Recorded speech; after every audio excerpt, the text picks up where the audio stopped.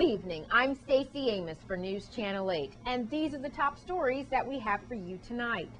Shaky stateside partners exposed by the media spells doom for the sports complex. On St. Thomas, a 73-year-old man is stabbed and a teenager is shot. And the Dominican Republic's president is getting involved in Big Apple politics. Those stories and more up next for you on News Channel 8.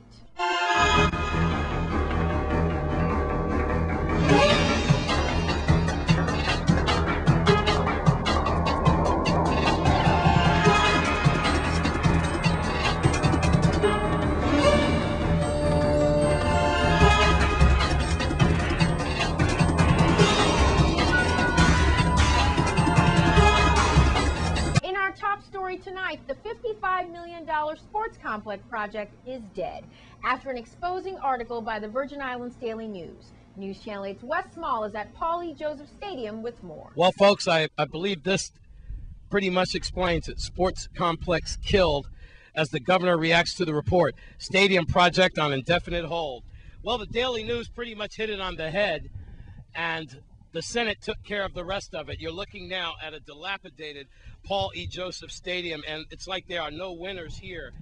But lo and behold, $55 million project was shot down by the Senate Rules and Judiciary Committee last night as they voted 4-1 to indefinitely hold in committee. A scathing report found out by the Daily News, and now this project has been on hold, prompted by a letter from the governor to Ronald Russell to request that the Senate put in an indefinite hold on the consideration of Bill 29-0307. Let's go right now to Senator Positive Nelson to see what he has to say about this situation. Well, I'm not going to say that the sports complex is dead.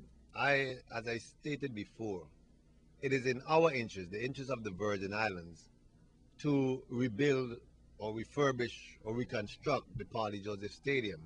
It is important that our children have proper facilities to play their sports and to have tournaments. That's the government's responsibility. I don't think it was incumbent upon any private investor to fix up our Paul E. Joseph Stadium. The government should, and I think we will.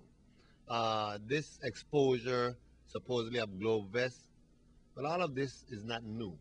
We had our concerns with Globe Vest initially. That is why we amended the agreement which was passed, well, not the agreement, but the legislation which was passed, to ensure that the master service agreement would come back to the legislature for our approval. That is what tied Globe Vest to the deal.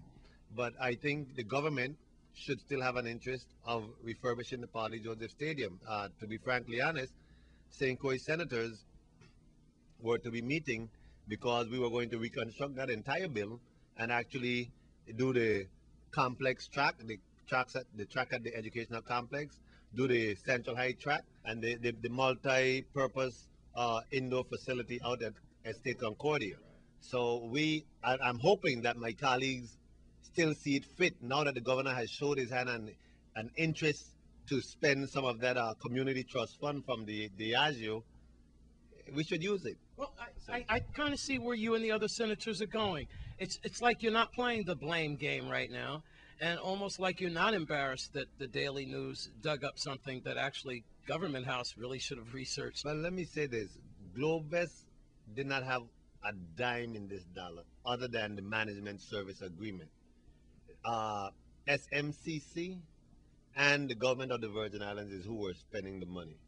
Globe Vest was going to get in on the deal with the management service agreement. Globe Vest was going to manage the facility for us, supposedly, which is something I was never in agreement of, because Globe Vest really has no experience, no history.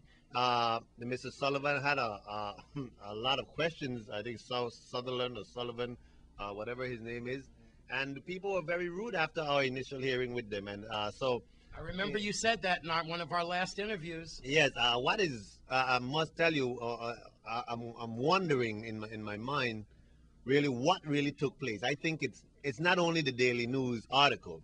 Something else took place. Something that we're not seeing on the surface, because this was an initiative sent down by the governor. His attorney general was actually advocating for us to pass this piece of legislation like a blank check, including the Master Service Agreement. The legislature, thankfully, we saw the wisdom to extract the Management Service Agreement out of the initial legislation and let it have to come back in after for approval.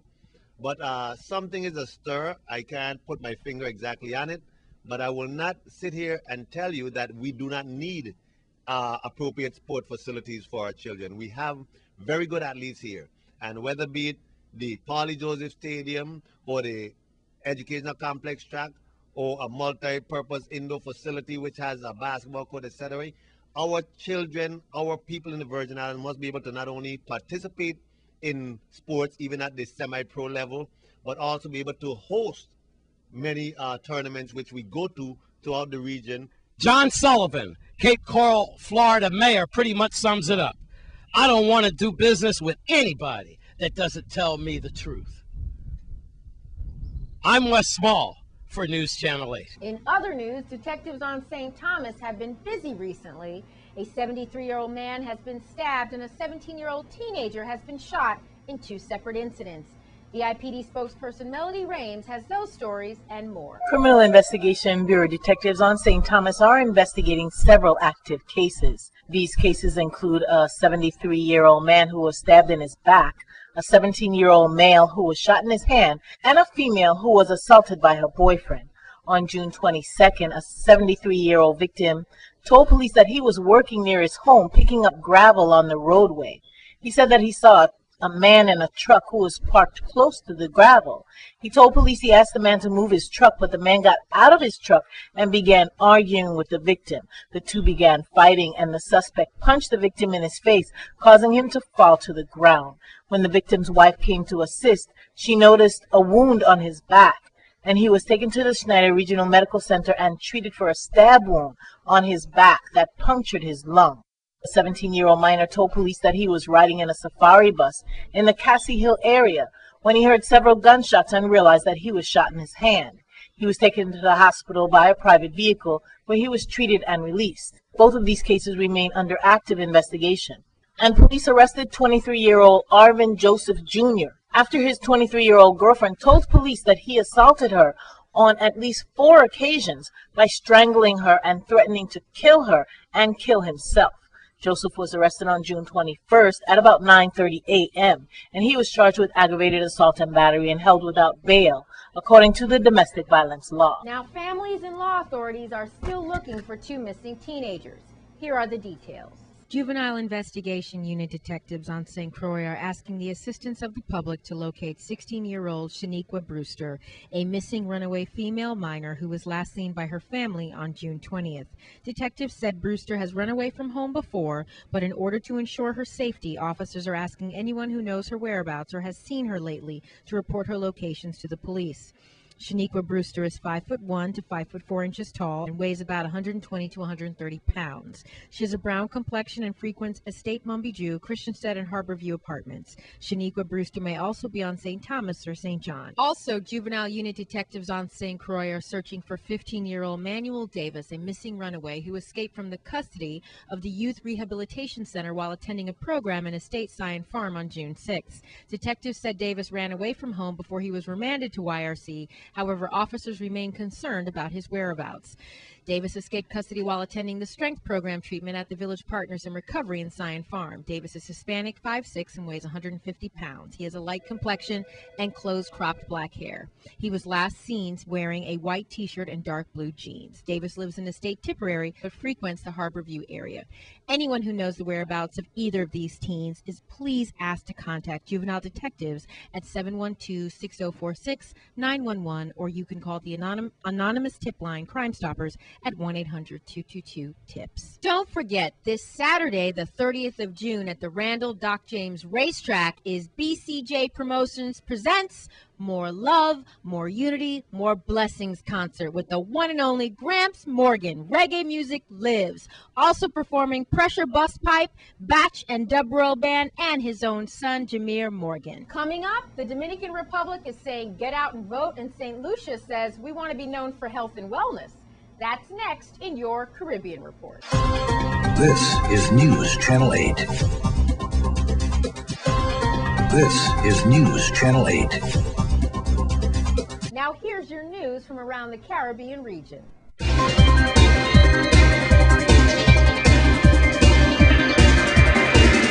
From CARICOM, with the aim of improving citizen security within the Caribbean community and its member states, the Ministry of Home Affairs in Guyana convened a workshop this past weekend on the draft CARICOM Crime and Security Strategy 2012. From the Caribbean region, regional talent will come under the spotlight during the London 2012 Olympics as Caribbean Export hosts Caribbean Soul Fusion on August 9th in London. 6 emerging artists from Dominica, Haiti, Jamaica, St. Lucia, Barbados, and the Dominican Republic are set to take the stage alongside headlining acts of Jamaica's Christopher Martin and Barbados's Arturo Tapan. Also from the Caribbean region, the airline carrier British Airways has revealed that according to its recent poll, the Caribbean tops the list of destinations where the British would most like to spend their summer holiday. And continuing with the Caribbean region, according to the recent assessment of undiscovered conventional oil and gas resources of South America and the Caribbean 2012 report by the U.S. Geological Survey, the region holds an estimated 126 billion barrels of oil and 679 trillion cubic feet of undiscovered natural gas. And the approximate share the Bahamas has of this, up to 4.3 billion barrels. From Anguilla, Anguilla received more than $7.7 million in the export of fish last year, according to figures released by the Department of Fisheries and Marine Resources. From Antigua, the High Court has ruled in favor of Secretary of the Free and Fair Elections League George Rick James in a suit claiming defamation of character brought against the representative for St. Mary's North, Molwyn Joseph. From the Dominican Republic, Venezuela Ambassador Alfredo Murga said Tuesday that President-elect Danilo Medina should work actively to produce the foods Venezuela needs as part of the Petrocaribe oil deal, which he affirms benefits both countries. From the Dominican Republic, President Leonel Fernandez has been urging New York's Dominicans and Hispanics to vote massively and provide full support for New York State lawmaker Adriano Espilat, calling the possibility of reaching the U.S. Congress historic for the Dominican Republic. From St. Kitts and Nevis, 2 of the Federation's CARICOM youth ambassadors joined their counterparts from across the Caribbean for the CARICOM Youth Ambassador Corps regional meeting at Suriname's Toriaca Hotel to complete the development of a strategic plan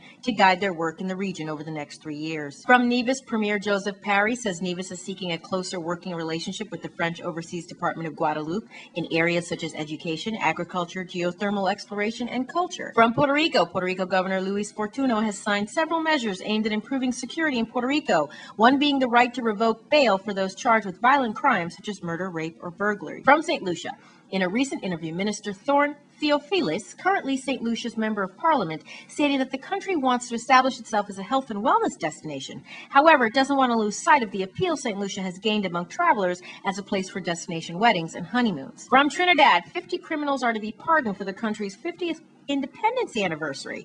This announcement was made on Thursday by Justice Minister Herbert Volney, who said in commemoration of the country's 50th anniversary of independence, the government is to recommend to President George Maxwell Richards that he pardons 50 criminals who would become free people. And in your cricket update, the West Indies selectors have picked several players with international experience in the 13-man A squad for the 3-match one-day series against India A in Grenada. Batsmen Adrian Barath, Kirk Edwards, and Asad Fuddin, all of whom played for the West Indies in the recent Test series in England, have been selected, and so has left arm spinner Nikita Miller.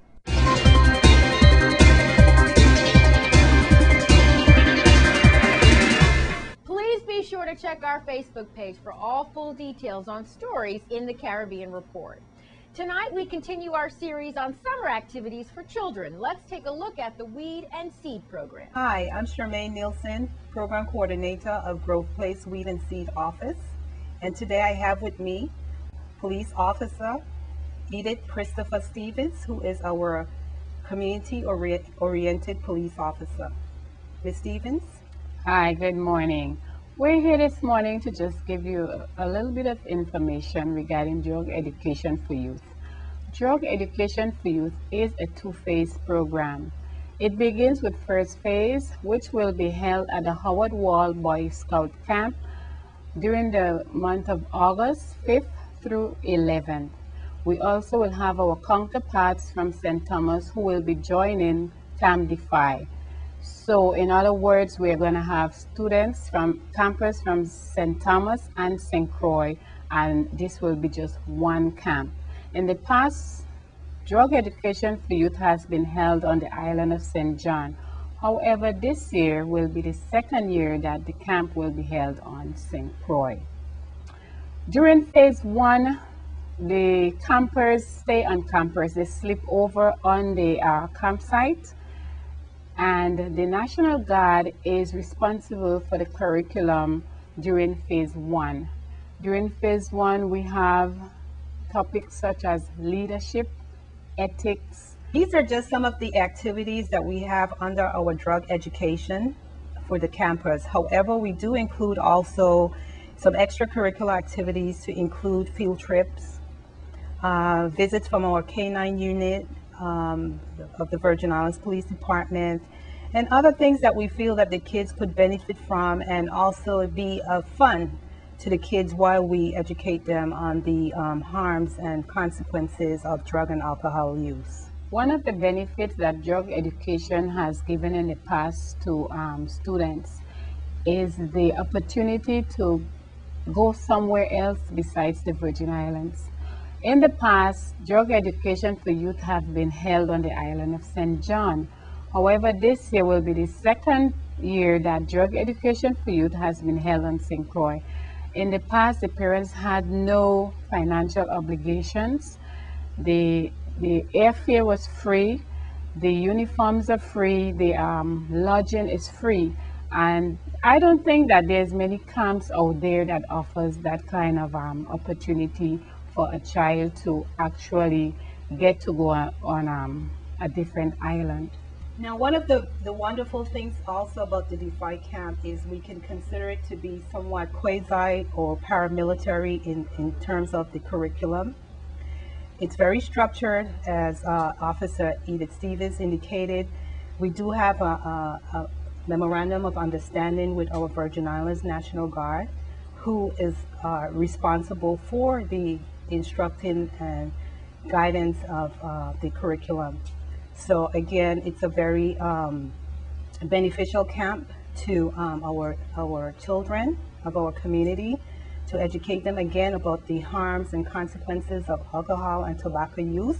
And at the same time, we still include those fun activities. We have the bonfire, just like you would have with the Boys Club and with the Boy Scouts, I'm sorry.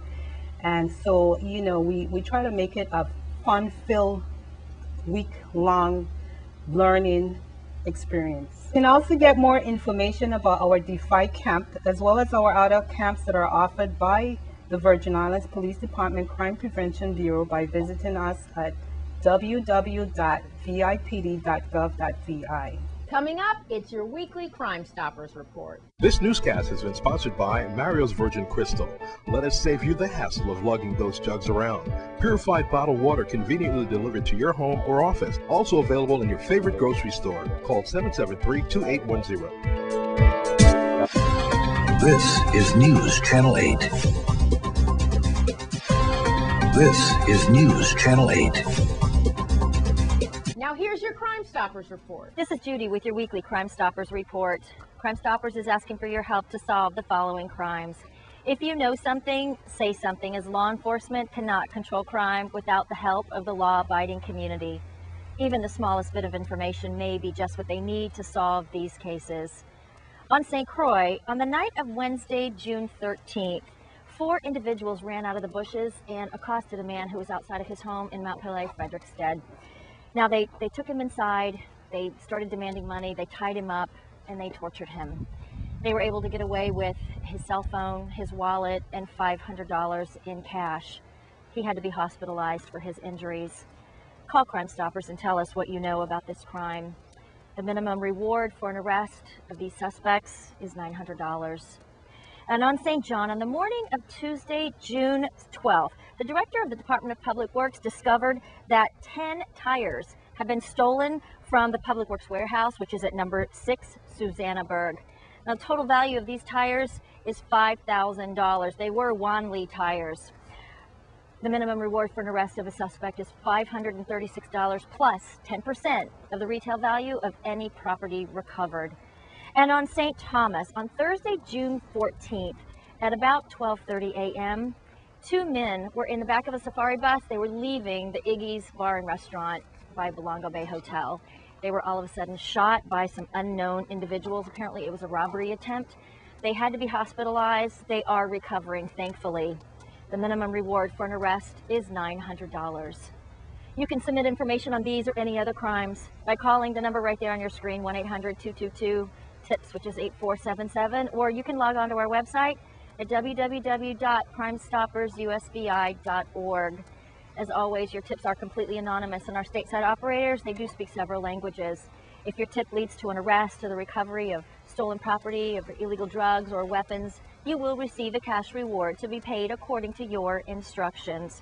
Crime Stoppers has recently authorized a reward of $857 from a tip that we received back in March of 2010. If that tip was yours, please contact us and find out if it is your reward money. Thank you for helping to make our community a safer place to live and work and raise a family. This has been Judy with your weekly Crime Stoppers report.